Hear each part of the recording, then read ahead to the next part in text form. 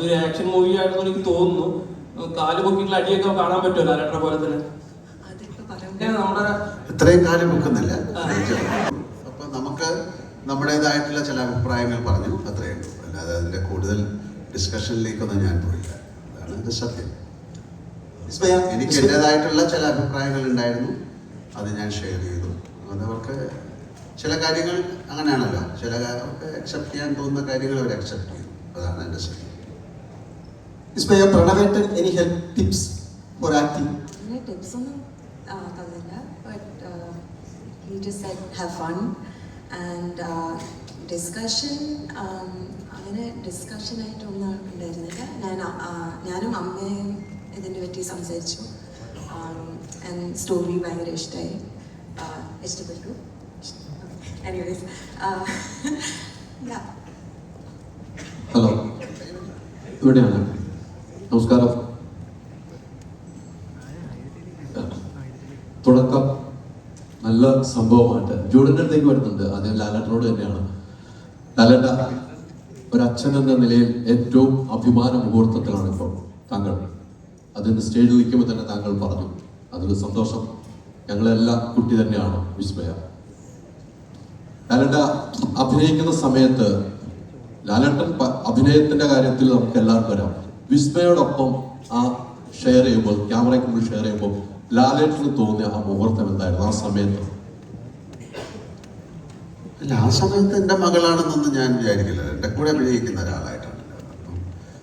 മകളായിട്ട് വിചാരിച്ചാൽ നമുക്ക് ചിലപ്പോൾ അഭിനയിക്കാൻ പറ്റില്ല. അങ്ങനെയാണല്ലോ, ഒരു പെർഫോമൻസ് ചെയ്യുന്ന സമയത്ത് അങ്ങനെയാണ്, ഒരു ക്യാരക്ടറായിട്ടാണ്. അപ്പോൾ അവർക്ക് അവർ പറയുന്ന അല്ലെങ്കിൽ അവർ നമുക്ക് തോന്നുന്ന കാര്യങ്ങൾ നമുക്കിങ്ങനെ ചെയ്യാം, അല്ലെങ്കിൽ it's A give and take എന്ന് പറയുന്ന രീതിയാണ്.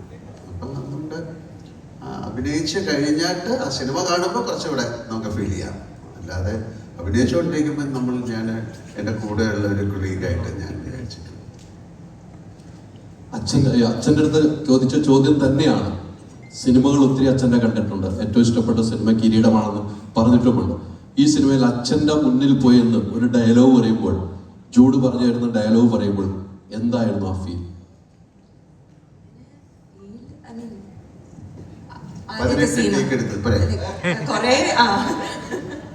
അത് ഞാൻ അച്ഛനായി കണ്ടു. അതുകൊണ്ട് ഞാൻ അവിടെ എത്തിയപ്പോൾ എല്ലാവരും അച്ഛനെ കൂടെ ആക്ട് ചെയ്യാൻ പോവാണ്, ലൈക്ക് എക്സൈറ്റ്മെന്റ് ഉണ്ടായിരുന്നു. I was nervous. So, yeah. ഞാൻ nervous ആയിരുന്നു. 18 സോറി. അച്ഛൻ ഹെൽപ്പ് ചെയ്തു, ട്യൂട്ടറിന് ഹെൽപ്പ് ചെയ്തു. എനിക്ക് ആദ്യത്തെ സീനിൻ്റെ ഫസ്റ്റ് ഷോട്ടായിരുന്നു പ്രശ്നം. പക്ഷെ പിന്നെ സീനിലോട്ട് പോയപ്പോൾ ഓക്കെ ആയിരുന്നു. Hi, Vismaya. I'm sitting right here. Okay. So you've spent years expressing yourself through poetry, painting, and everything. There, the creative control is almost under you. But here, when it's acting, it's more of a collaborative process, and it's shaped by Jude's vision here. Is it difficult to let go of that control, emotional control, as an artist? So I would say that it's still the same kind of freedom. I wouldn't say that the freedom is any less with this process, because it's like, it's an art form, right? So you're still expressing in your own way. So it's not, yes, of course the director gives you his vision, but then it's your instrument, right? So you have to bring out your own creativity. Yeah. Thank you so much for the answer, sir. My question is to you. You've seen actors starting their journey through all these decades. As a father and as an actor, what do you think is the most important quality a co-actor, an experienced co-actor should have when he is with a person who's facing the camera for the first time? Basically common sense. Seriously. Because we are not supposed to ridicule them, or we should not give any kind of confusion to them. So be with them, travel with them, and you can on the travel you can correct them or you can learn so many things. So to be with acclimatization, you need an acclimatization. They also need. So to be in that league and to be in our league, it's a beautiful process happening. So നമ്മുടെ co-actors-ന്റെ കൂടെ ഏറ്റവും രസകരമായിട്ട് make fun with them, be എന്താണ് be in a state of happiness, exchange and make them comfortable. Same with the Maya. അപ്പോൾ മായ sometimes we feel അയ്യോ ഈ കുട്ടി എന്താ ഇങ്ങനെ ചെയ്യണമെന്ന് ഇവരത്തല്ല എല്ലാവർക്കും തോന്നാം, മറ്റവർക്കും തോന്നാം. അതിനെ ഒരു ഇറിറ്റേറ്റഡ് ആകാതെ സെയിം വിത്ത് ഡയറക്ടേഴ്സ് ഓൾസോ അല്ലേ. ചില ഡയറക്ടേഴ്സ് ഉണ്ട്, ചില ദേഷ്യപ്പെടുന്നവരുണ്ടാവും, പക്ഷേ that will reflect the confidence of the actor. അപ്പോൾ ഇതൊരു പ്രോസസ്സാണ്, ഇറ്റ്സ് എ ഹാബിറ്റ്, ഇതൊരു പ്രാക്ടീസാണ്. സോ ഇപ്പോൾ like he said first day പോലെ ആയിരുന്നില്ല മായ 10th ഡേ, പിന്നെ ലാസ്റ്റ് ഡേ എന്ന് വെച്ചാൽ ഇറ്റ്സ് എ പ്രോസസ്. സോ അതിന് യു നീഡ് ഇതൊരു സെൽഫായിട്ട് കണ്ടുപിടിക്കുക അങ്ങനെയൊക്കെ പറയണതൊക്കെ it's a more it can happen on the stage. This is something different. Entity wise it's totally different cinema എന്ന് പറയുന്നത്. So you have to practice. നിങ്ങളുടെ ഒരു ഇൻ്റലിജൻസ് ആണ് അതിൻ്റെ പുറകിലുള്ളത്. And basically I believe an actor needs excellent common sense. Thank you. Thank you so much, sir. ഇപ്പോൾ നമ്മൾ മലയാളികൾക്ക് ലാലേട്ടൻ റെഫറൻസുകൾ ഇല്ലാതെ കടന്നു പോകുന്ന ദിവസങ്ങൾ കുറവാണ്. അപ്പോൾ മകളുടെ സിനിമ എന്ന് പറയുമ്പോൾ അതിന് വേറൊരു ഡയമെൻഷൻ തന്നെയുണ്ട്. ആ രീതിക്ക് ചെറിയ റെഫറൻസുകൾ വരാതിരിക്കാനുള്ള ശ്രമങ്ങൾ ഉണ്ടായിരുന്നു. ആൻഡ് മാത്രമല്ല ട്രെയിലർ കാണുമ്പോൾ ഒരു ആക്ഷൻ സിനിമയുടെ ഭയങ്കര ഫീൽ അടിക്കുന്നുണ്ട്. അപ്പോൾ ലാലേട്ടനും വിസ്മയം തമ്മിലുള്ള ആക്ഷൻ സീക്വൻസ് സിനിമയുടെ ഭാഗമാണോ? രണ്ട് ചോദ്യം. അങ്ങനെ റെഫറൻസുകൾ ഞാൻ എൻ്റെ കുറേ സിനിമകളിൽ വെച്ചിട്ടുണ്ടായിരുന്നു. എൻ്റെ ഓൾമോസ്റ്റ് മിക്ക സിനിമകളിലും ലാലേട്ടൻ റെഫറൻസുകൾ ഞാൻ വെക്കാറുണ്ട്. ഇതിൽ പക്ഷേ ലാലേട്ടൻ തന്നെ വന്നതുകൊണ്ട് പിന്നെ റെഫറൻസ് ഒന്നും വെക്കേണ്ടി വന്നില്ല. പിന്നെ ആക്ഷൻ മൂവി ആണെന്ന് ഞാൻ പറയുന്നില്ല, ആക്ഷൻ ഉണ്ട് പടത്തിൽ. ഇപ്പോൾ യൂഷ്വലി നമ്മൾ പണ്ടൊക്കെ ഞാൻ സിനിമ കാണുമ്പോൾ നമ്മളെല്ലാവരും സിനിമകൾ കാണുമ്പോൾ ടി വിയിൽ സംഘടനം ത്യാഗരാജനുണ്ടോ എന്ന് നോക്കും ആദ്യം പടം തുടങ്ങുന്നതിന് മുമ്പ്. അപ്പോഴായിരിക്കും ഒരു ഇൻട്രസ്റ്റ് പടം കാണാൻ. ഇന്ന് പോലെ കൂട്ടിൻ്റെ പീര പോലെ കുറച്ച് സംഘടന ഉണ്ട് ഈ പടത്തിൽ. പക്ഷെ ഇതൊരു ആക്ഷൻ മൂവി അല്ല, ആക്ഷൻ ഉണ്ട് സിനിമയിൽ. പുള്ളിക്ക് അറിയേണ്ട ഞാനും മായായിട്ട് ആക്ഷൻ ഉണ്ട്. ഇല്ല അവർ വീട്ടിലുണ്ടോ ആക്ഷൻ ഉണ്ടോ പടത്തിൽ. അതായത് ലാൽ സാറിൻ്റെ ക്യാരക്ടറിനെ കുറിച്ച് പറയാൻ പറ്റാത്തതുകൊണ്ടാണ്, അല്ലെങ്കിൽ അതിന് ഉത്തരം നിങ്ങൾക്ക് തരുമായിരുന്നു. ഈ മായയുടെ ആക്ഷൻ പോലും പടത്തിലുണ്ടോ എന്ന് ഞാൻ ഇപ്പോഴും കൺഫേം ചെയ്യുന്നില്ല. കാരണം ഞാൻ പറഞ്ഞത് ആക്ഷൻ പടമാണ്, പക്ഷെ അത് നിങ്ങൾ പ്രതീക്ഷിക്കുന്ന പോലെ മൊയ്ത്തായി പഠിച്ച എല്ലാവരെയും ഇടിച്ചു മറിക്കുന്ന അങ്ങനെ ഒരു ക്യാരക്ടറല്ല പടത്തിൽ. വളരെ ശാന്ത സ്വഭാവമായിട്ടുള്ള ഒരു കുട്ടിയാണ്. ഒരു അച്ഛനായിട്ട് അഭിനയിക്കുന്ന സായിച്ചേട്ടൻ്റെ ക്യാരക്ടറുണ്ട്, അവിടുത്തെ CA ആയിട്ട് ചെയ്യുന്ന മനോജ് ചേട്ടൻ്റെ ക്യാരക്ടറുണ്ട്. പിന്നെ ഒരു കാര്യമാണ് ഞാൻ പറയാം, വില്ലൻ കൊടൂര വില്ലനായ ബോബി ചേട്ടൻ പടത്തിലുണ്ട്. അത് ഉഗ്രൻ വില്ലനാണ്. അതെ. പിന്നെ ആശിഷ് ഒരു ക്യാരക്ടർ റോളാണ് ചെയ്യുന്നത്. അനന്തചേട്ടൻ അറിയാലോ, നമ്മുടെ സ്വന്തം അനന്തചേട്ടൻ. ഞാനിപ്പോൾ നോക്കിയപ്പോൾ പെട്ടെന്ന് ഒരു ആർട്ടിസ്റ്റാണെന്ന് വെച്ചോ. ഇത് എനിക്ക് ഏറ്റവും സന്തോഷമുള്ള കാര്യം എന്ന് പറഞ്ഞാൽ ഇവിടെ ഇരിക്കുന്ന ആർക്കും എന്താ പറയുക, എപ്പോൾ വിളിച്ചാലും സ്വന്തം ഒരു കുടുംബത്തിലൊരാളെ പോലെ വിളിക്കാവുന്ന ബന്ധമുണ്ട് ഈ സിനിമ കഴിഞ്ഞപ്പോൾ. ഈ പടത്തിൽ വർക്ക് ചെയ്ത ടെക്നീഷ്യൻസ് ആയാലും ആർട്ടിസ്റ്റ് ആയാലും എല്ലാവരുമായിട്ട്. അപ്പോൾ അത് അത്രയും എൻജോയ് ചെയ്ത് ഞങ്ങൾ ചെയ്ത സിനിമയാണ്. അതൊരു വലിയ സിനിമയൊന്നുമല്ല, എന്നാലും എല്ലാവർക്കും ഇഷ്ടമാവും. പിന്നെ ലാൽ സാറിൻ്റെ ക്യാരക്ടറും എല്ലാവർക്കും ഇഷ്ടമാവും. കാരണം ഞാൻ എൻ്റെ കയ്യിൽ ആദ്യമായിട്ട് കിട്ടിയതാണ്. അപ്പോൾ ഞാൻ കുറച്ച് വൃത്തിയായിട്ട് ചെയ്തിട്ടുണ്ടെന്നാണ് എൻ്റെ വിശ്വാസം.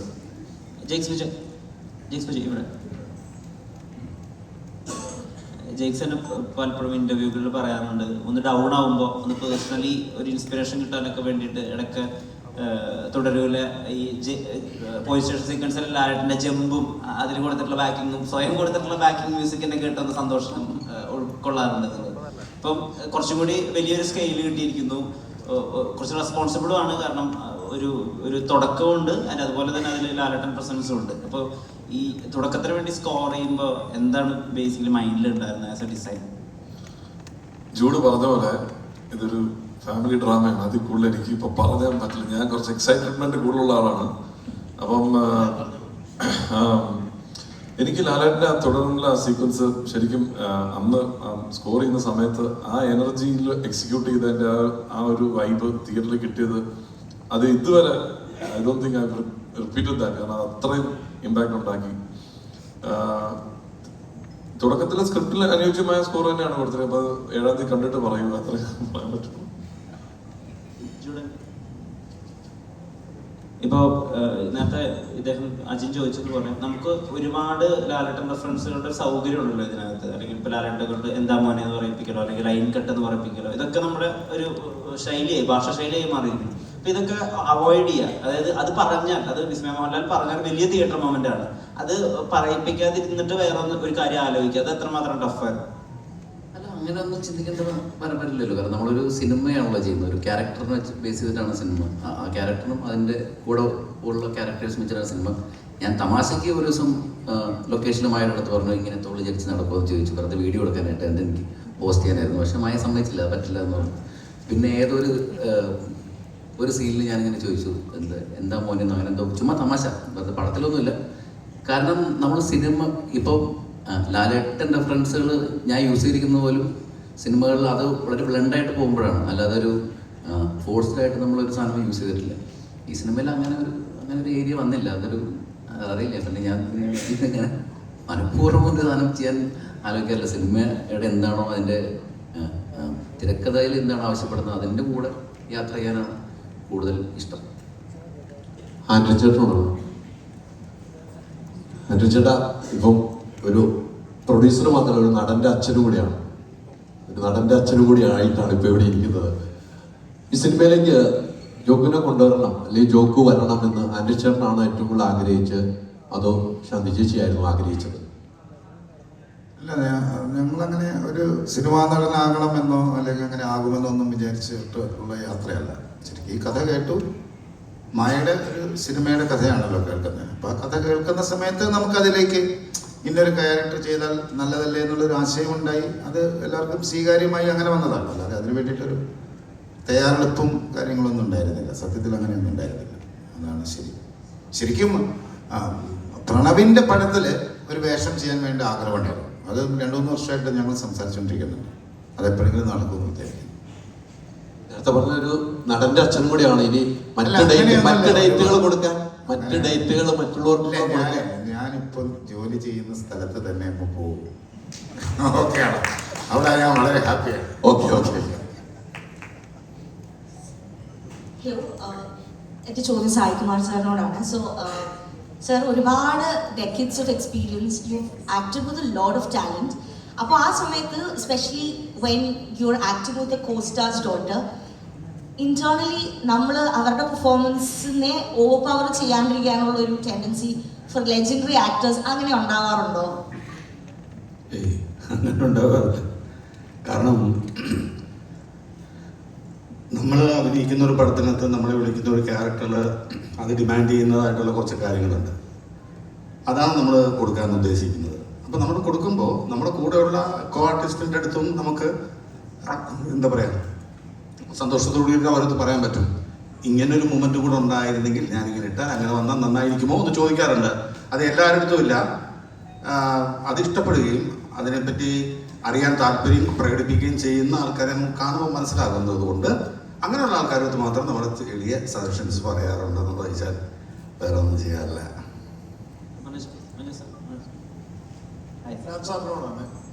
ഹലോ,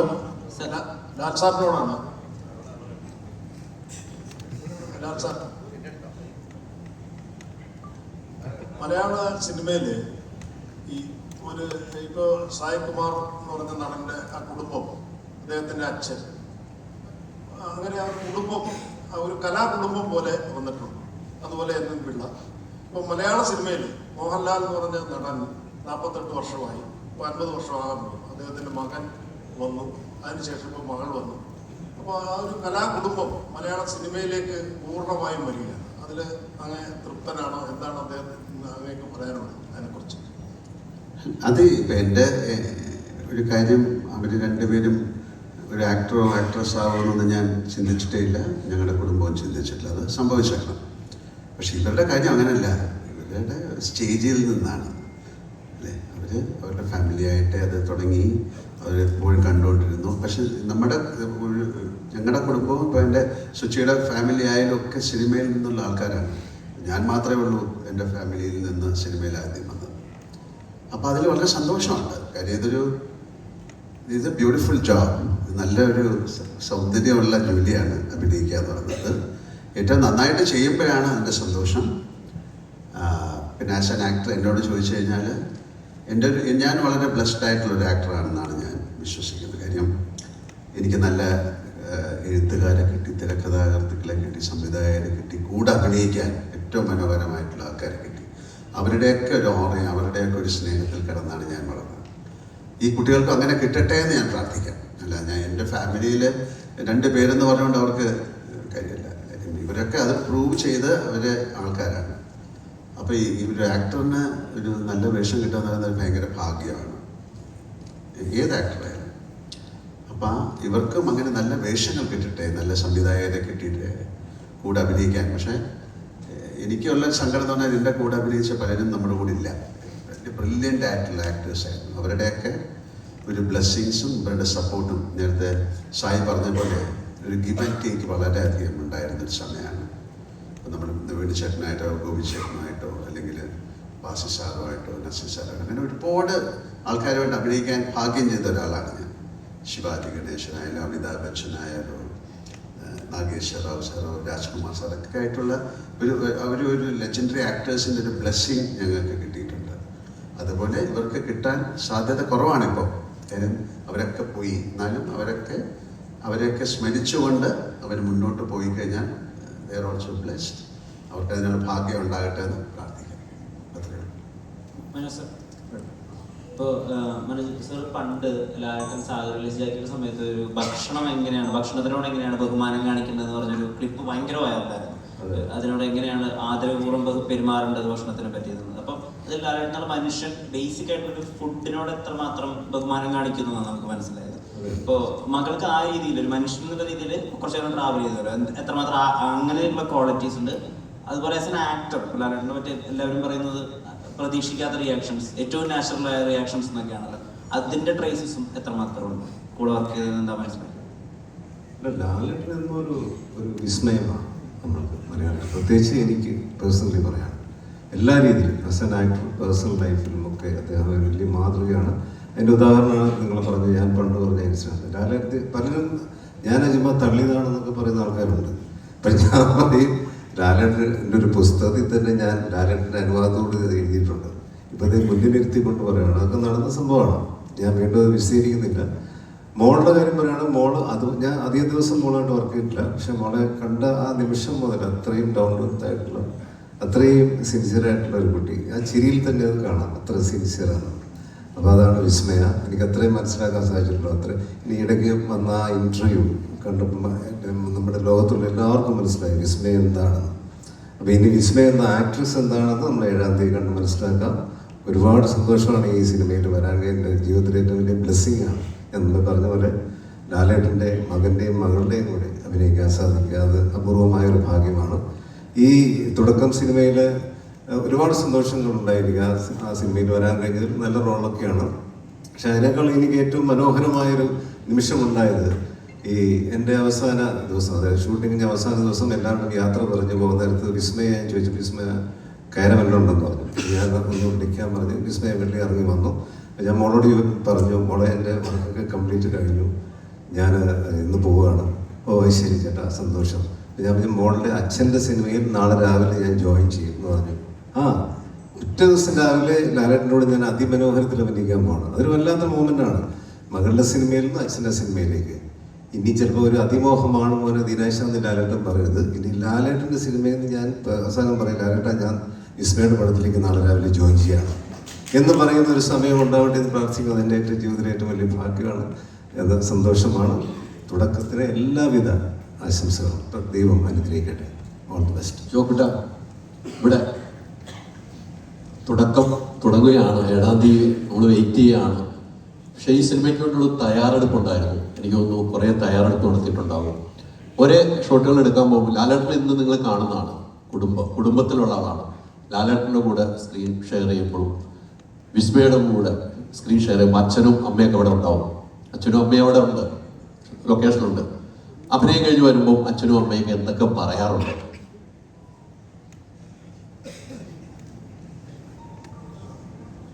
എനിക്കൊരു കാര്യം പറയണമെന്നുണ്ട്, പക്ഷെ എനിക്കതിപ്പോൾ പറയാൻ പറ്റില്ല.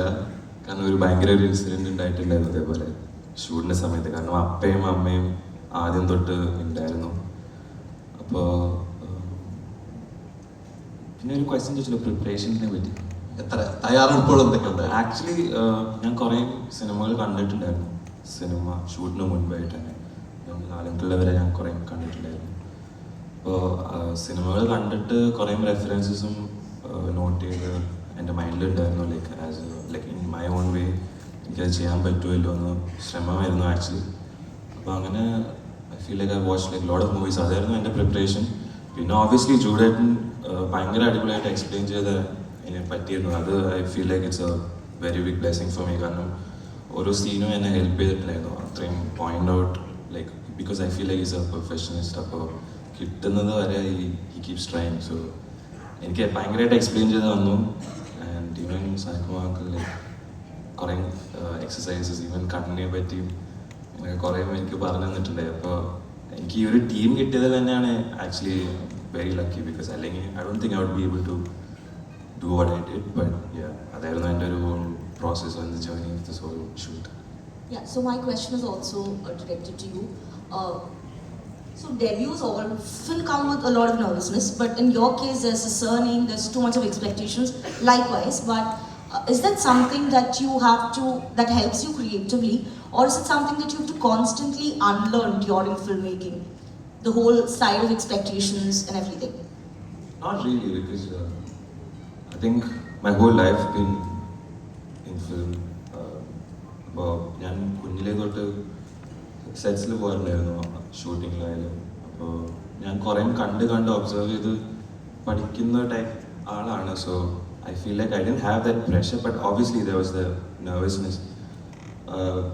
ബിഗിനിങ് ഒരു 2-3 ടേക്സ് ഞാൻ ഓബ്വിയസ്ലി ഭയങ്കര പ്രഷറായിരുന്നു. പക്ഷേ എനിക്ക് തോന്നുന്നു ഞാൻ പറഞ്ഞ പോലെ എൻ്റെ കൂടെ ഉണ്ടായ എല്ലാവരും വാസ് അത്രയും welcoming and was very sweet. ജൂഡേട്ടൻ ഉണ്ടായിരുന്നു, പിന്നെ ജോമോൻ ചേട്ടൻ ഈസ് നോട്ട് ഹിയർ, പക്ഷേ റിയലി ഹെൽപ്പ് മീ. അഖിലേട്ടനും ഭയങ്കരമായിട്ട് എന്നെ ക്യാമറയുടെ അടുത്ത് ഞാൻ ഏറ്റവും ക്ലോസ് ആയിട്ട് ഇരിക്കുന്നവർ കുറേ കാര്യങ്ങൾ എനിക്ക് എക്സ്പ്ലെയിൻ ചെയ്ത് തന്നു. സോ ആ ഒരു കംഫർട്ട്നെസ് കിട്ടിയോടെ I think I was able to go with the flow and they were happy with it. So that's what was for my happiness.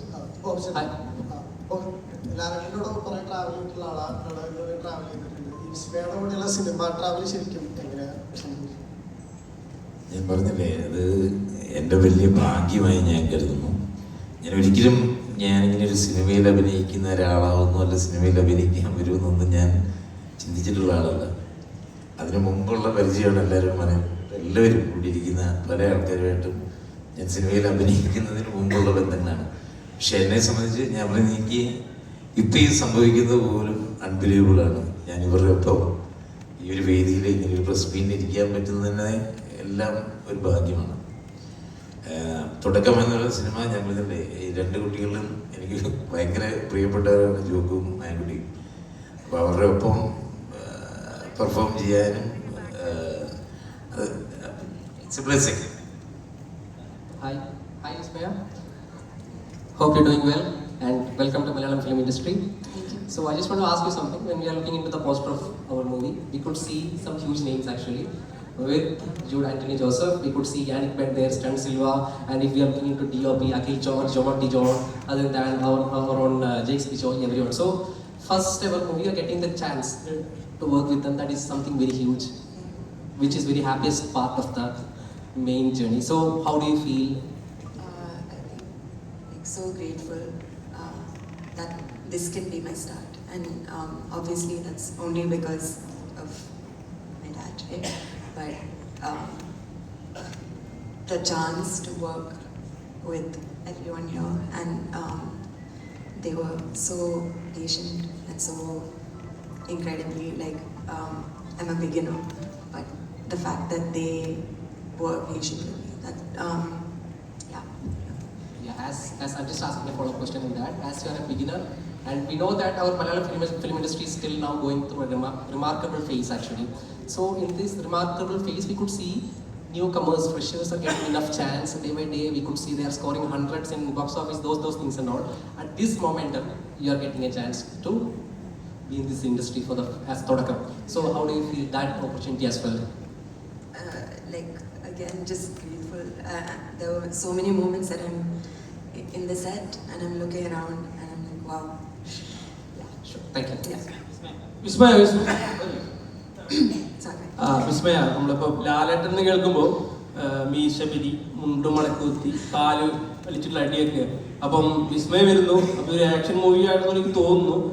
കാല് പൊക്കിയിട്ടുള്ള അടിയൊക്കെ കാണാൻ പറ്റുമോ ലാലേട്ടനെ പോലെ തന്നെ? അതിപ്പോ പറയാൻ പറ്റില്ല. ഉണ്ടോ, ആക്ഷൻ ഉണ്ടോ? അത് സിനിമ കണ്ടിട്ട് ഇപ്പൊ ഒന്നും പറയാൻ പറ്റില്ല. ലാലേട്ട എങ്ങനെയാ നമ്മുടെ ഇത്രയും കാലം വെക്കുന്നില്ല. കുറച്ച് പ്രയാസം ചെറിയ രീതിയിലൊക്കെ ഉണ്ടാവും. അത് പറഞ്ഞില്ലേ, ചൂട് പറഞ്ഞു. കാര്യം ഞാൻ പറയട്ടെ, ഇത്രയും ഇതിലുള്ളവരൊക്കെ ഏറ്റവും വലിയ ആക്ഷൻ ഡയറക്ടേഴ്സാണ് അല്ലേ? സ്റ്റൺസില്ല മറ്റേതിൻ്റെ പേര് യാനിക് ബെൻ, ആ പേര് തന്നെ എനിക്ക് പറയാൻ പറ്റുന്നില്ല. അപ്പം അത്യാവശ്യം ചെറിയ ചായയും കടിയൊക്കെ ഉണ്ടാവും.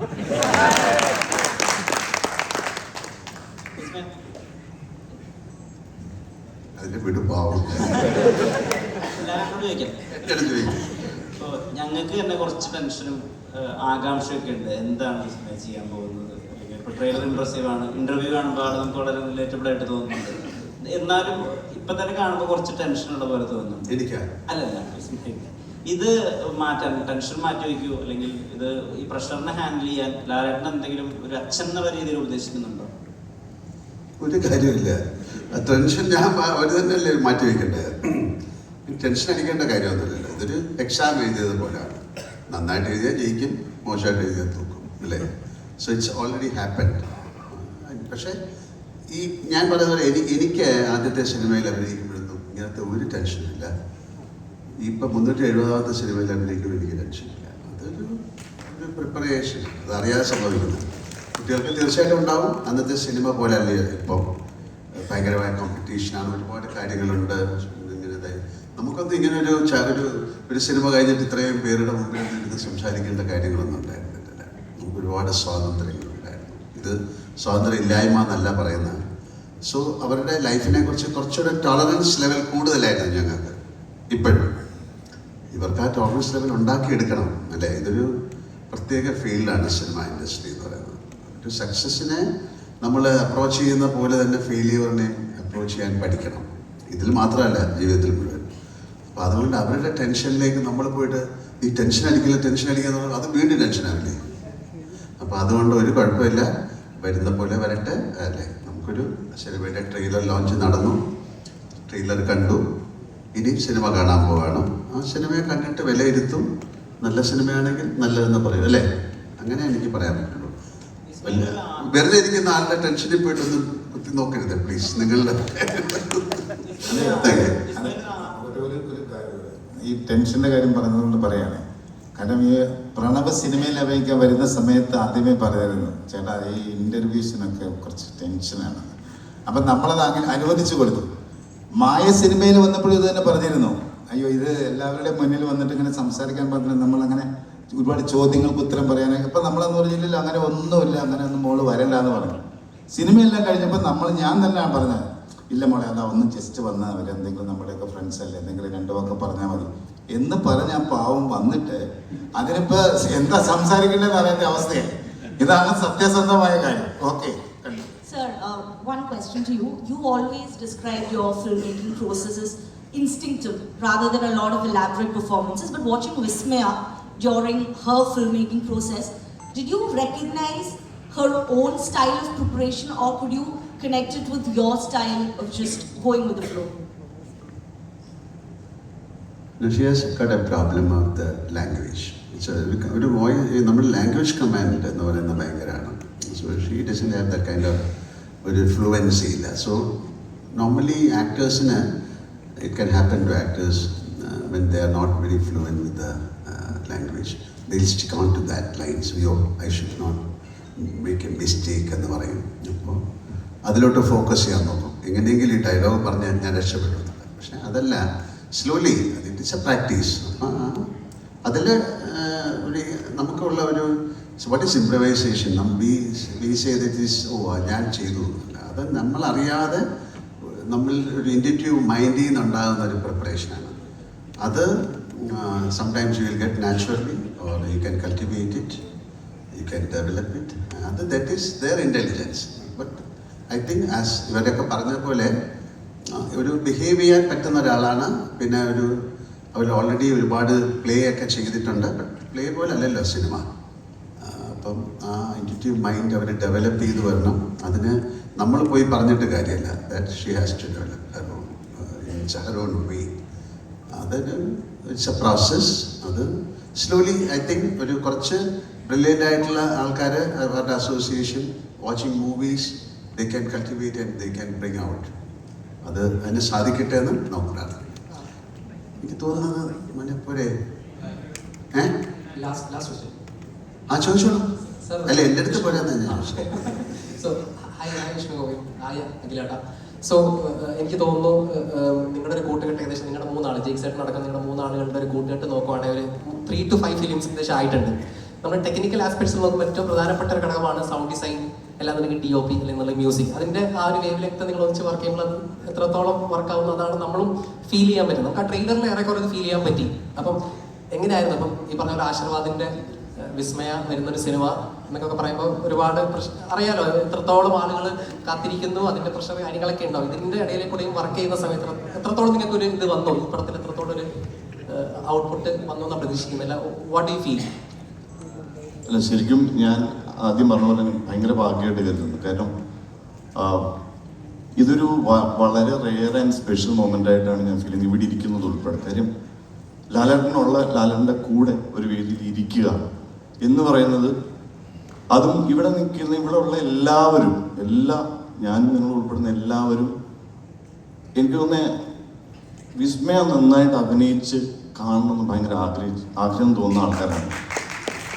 അപ്പോൾ അതേപോലെ തന്നെയാണ് ലാലേട്ടൻ എന്ന് ഞാൻ വിശ്വസിക്കുന്നു. അപ്പോൾ ആ ജേണിയിൽ ലാലേട്ടൻ്റെ കൂടെ നിൽക്കുന്ന ഒരു ഫീലാണ്. ഈ എന്താണെന്നറിയില്ല, കാര്യം ഇത് വളരെ അടുപ്പം ഉള്ള ഒരാൾ ഒരുപാട് പേരുടെ സ്നേഹം നേടാൻ പോകുന്ന ഒരു മൊമെൻറ്റിൻ്റെ തുടക്കമാണ്. അപ്പോൾ ഒരിക്കലും ഞാൻ വിശ്വസിക്കുന്ന ഒരു കാര്യം, വിസ്മയുടെ തൊട്ടടുത്ത് സിനിമയുണ്ട്, വിസ്മയുടെ ആയിക്കോട്ടെ ആശിഷിൻ്റെ ആയിക്കോട്ടെ. അതുകൊണ്ട് ആകാം സിനിമ ഇത് സംഭവിക്കുന്നതെന്ന് ഇൻ്റർപ്രിറ്റേഷൻസ് ഉണ്ടാവും, അങ്ങനെ പല ഇൻ്റർപ്രിറ്റേഷൻസ് ഉണ്ടാവും. പക്ഷേ നിങ്ങൾ ഒരു ചെറിയ വ്യത്യാസമുള്ള, ഞാൻ ഈ സിനിമ മുഴുവൻ കണ്ട് അതിൻ്റെ പൂർണ്ണമായിട്ടുള്ള പ്രോഡക്റ്റ് കണ്ട ആളാണ്. അത് കണ്ടു കഴിഞ്ഞപ്പോൾ ഒരു സന്തോഷം തോന്നി, ഒരു പോസിറ്റിവിറ്റി തോന്നി എന്ന് ഞാൻ മുമ്പേ പറഞ്ഞു. അത് സിനിമ കണ്ടു കഴിയുമ്പോൾ എല്ലാവരിലേക്ക് എത്തും എന്ന് ഞാൻ വിശ്വസിക്കുന്ന ഒരു കാര്യമുണ്ട്. സിനിമ അടുത്തുള്ളത് കൊണ്ടല്ല ഈ സിനിമ സംഭവിച്ചത്, വിസ്മയുടെ അടുത്തുള്ളതുകൊണ്ടല്ല. സിനിമയോട് വിസ്മയ്ക്ക് അത്ര ഇഷ്ടമുള്ളതുകൊണ്ട് സിനിമ വിസ്മയിലേക്ക് എത്തിയതാണെന്ന് നമുക്ക് എല്ലാവർക്കും ഫീൽ ചെയ്യും എന്ന് ഒരു വിശ്വാസം ഈ സിനിമ കണ്ടു കഴിഞ്ഞപ്പോൾ എനിക്ക് തോന്നുന്നു. അപ്പോൾ ഇതിൽ വർക്ക് ചെയ്യാൻ പറ്റുക എന്ന് പറയുന്ന ഒരു വലിയ ഭാഗ്യമായിട്ട് കരുതുന്നു. കാരണം ഞാൻ ഇതിനു മുമ്പ് ചെയ്ത ലാലേട്ടൻ്റെ പടം തുടരുവാണ്. അപ്പോൾ ഒരു ഭാഗ്യം എന്ന് പറയുന്നത് ലാലേട്ടൻ്റെ സിനിമ എത്ര പേരായിരിക്കും കാണുന്നത് എന്നുള്ളൊരു സത്യം. എത്ര പേരാണ് ഓരോ മൊമെൻറ്റും എൻജോയ് ചെയ്യുക തിയേറ്ററിൽ അല്ലെങ്കിൽ അതിന് ശേഷം. അപ്പം അതിൻ്റെ ശബ്ദം, സൗണ്ട് ഡിസൈൻ ചെയ്യുക, അല്ലെങ്കിൽ എനിക്ക് തോന്നുന്നു ഇവിടെ എല്ലാവരും ഫീൽ ചെയ്യുന്നൊരു കാര്യമാണത്. ലാലേട്ടനിലൂടെ കൂടുതൽ ആൾക്കാരിലേക്ക് എത്തുക എന്ന് പറയുന്നത് ഒരു മോഹൻലാൽ സിനിമയിൽ സംഭവിക്കുന്ന മാത്രം കാര്യമാണ്. അപ്പോൾ അത് വിസ്മയ മോഹൻലാൽ എന്ന് പറയുന്ന ഇപ്പോൾ ഇനി നമുക്കെല്ലാവർക്കും കിട്ടിയ ഒരു നല്ല നടിയെന്ന് ഞാൻ വിശ്വസിക്കുന്നു.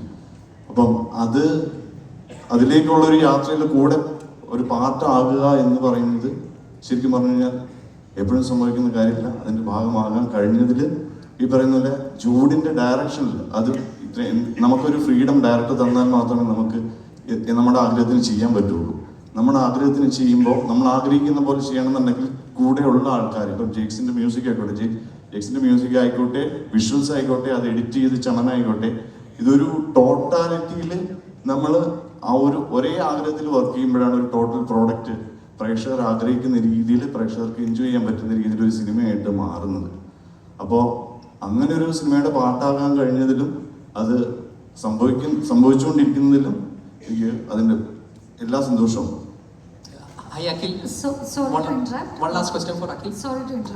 നമ്മൾ പറഞ്ഞായിരുന്നു ഒരു 10-15 മിനിറ്റ്സ് ആണ്. എനിക്ക് തോന്നുന്നു to all the media friends നമുക്ക് അത്യാവശ്യം എല്ലാ ഡീറ്റെയിൽസും റിലേറ്റഡ് ടു ദ മൂവി കിട്ടിയിട്ടുണ്ട്. To one last question, and നമ്മൾ വൈൻഡ് അപ്പ് ചെയ്യും. Thank you. One last question for Akhil. Akhil, ഇപ്പം കളയാണെങ്കിലും എല്ലാന്നുണ്ടെങ്കിൽ നമ്മൾ 2018 വരുവാണെങ്കിലും ഇതിലൊക്കെ നമ്മൾ ഈ ഫൈറ്റ് സീൻസ് കാര്യങ്ങളൊക്കെ ഭയങ്കരമായിട്ട് സിനിമാറ്റോഗ്രാഫി ആളുകൾ ഭയങ്കരമായിട്ട് വെൽക്കം ചെയ്യപ്പെട്ടുണ്ട്. സോഷ്യൽ മീഡിയ അടക്കം അതിനെ കുറിച്ച് ഒരുപാട് പോസ്റ്റുകളും കാര്യങ്ങളൊക്കെ കണ്ടിട്ടുണ്ട്.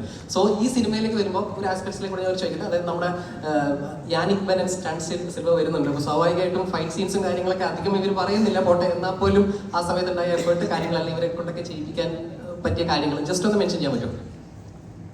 ആക്ച്വലി ഞാൻ മാത്രമല്ല ഈ സിനിമയുടെ സിനിമാറ്റോഗ്രാഫർ. ആദ്യം സ്റ്റാർട്ട് ചെയ്ത ജോമൻ ചേട്ടനായിരുന്നു. പുള്ളി വേറെ പടങ്ങളുടെ ഡേറ്റ് ഇഷ്യൂസും അങ്ങനെ പ്രശ്നങ്ങളുള്ളതുകൊണ്ട് പുള്ളി മാറി, ഞാൻ വന്നു. പ്ലസ് ഇന്നൊരാൾ സുദീപും കൂടി ഇതിനകത്ത് വർക്ക് ചെയ്തിട്ടുണ്ട്. ആക്ച്വലി ഞാൻ ഇതിൻ്റെ ഫൈറ്റ് സീക്വൻസുകൾ വർക്ക് ചെയ്തിട്ടില്ല.